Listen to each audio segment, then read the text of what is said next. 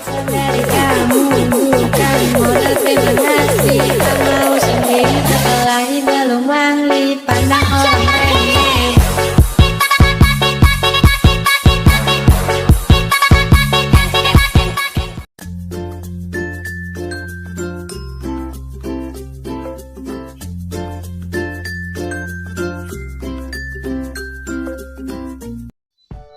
Assalamualaikum warahmatullahi wabarakatuh. Saya atas nama Dita Pesampuri, mahasiswa dari Universitas Muhammadiyah Bone, Fakultas Keguruan dan Ilmu Pendidikan, Prodi Teknologi Pendidikan. Ingin mempresentasikan hasil PPT saya, yaitu Pusat Sumber Belajar. Definisi Pusat Sumber Belajar. Pusat sumber belajar sering disebut juga sebagai media center, yang diartikan sebagai lembaga yang memberikan fasilitas pendidikan, pelatihan, dan pengenalan sebagai media pembelajaran. Merrill dan Rowe berpendapat bahwa pusat sumber belajar merupakan suatu aktivitas interorganisasi yang berhubungan dengan kurikulum dan pembelajaran pada satuan pendidikan. Dan selanjutnya itu macam-macam sumber belajar.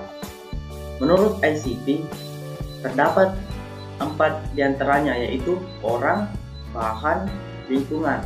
Dan yang pertama yaitu orang. Orang adalah manusia yang berperan sebagai pencari, penyimpan, pengelola, dan penyaji pesan. Bahan adalah perangkat guna berupa program yang memuat atau berisi pesan pembelajaran seperti buku, program video, dan lain-lain. Alat adalah perangkat keras atau sarana untuk menayangkan bahan atau program seperti proyektor, video rekaman, dan lain-lain. Dan yang keempat yaitu lingkungan. Lingkungan yaitu proses belajar dan di mana proses itu berlangsung. Dan slide yang selanjutnya yaitu tujuan PSB. Tujuan utama PSB adalah memfasilitasi pengembangan sistem pembelajaran melalui proses yang terus-menerus dan sistematis, dalam rangka membantu pendidik mengembangkan pengalaman belajar yang memungkinkan siswa berpartisipasi aktif dalam proses pembelajaran. Di sini terjadi hubungan yang penting antara pusat sumber belajar dengan pengembangan sistem pembelajaran, sekaligus juga hubungan dengan efektivitas dan efisiensi pembelajaran. Dan selanjutnya itu fungsi PSB. 1. Pengembangan sistem instruksional. Fungsi ini menolong jurusan atau departemen dan staf tenaga pengajar secara individual di dalam pembuatan rancangan atau desain dan pemilihan options atau pilihan untuk meningkatkan efektivitas dan efisiensi proses belajar dan mengajar. 2. Fungsi informasi. Dalam kehidupan sehari-hari, orang sering memerlukan informasi baik untuk keperluan pribadi maupun keperluan usahanya. 3. Fungsi pelayanan media. Fungsi ini berhubungan dengan pembuatan rencana program media dan pelayanan pendukung yang dibutuhkan oleh staf pengajar dan pelajar, meliputi A. Sistem penggunaan media untuk kelompok besar. B.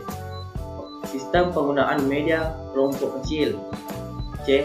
Fasilitas dan program belajar sendiri. D. Pelayanan perpustakaan media atau bahan pengajar. E. Pelayanan pemeliharaan dan penyampaian. F. Pelayanan pembelian bahan-bahan dan peralatan. 4. Fungsi produksi. Fungsi ini berhubungan dengan penyediaan materi atau bahan instruksional yang tidak dapat diperoleh melalui sumber komersial. Yang kelima yaitu fungsi administratif. Fungsi ini berhubungan dengan cara bagaimana tujuan dan prioritas pemrograman dapat tercapai. Dan begitulah hasil dari pemaparan saya tadi. Cukup sekian dan terima kasih. Assalamualaikum warahmatullahi wabarakatuh.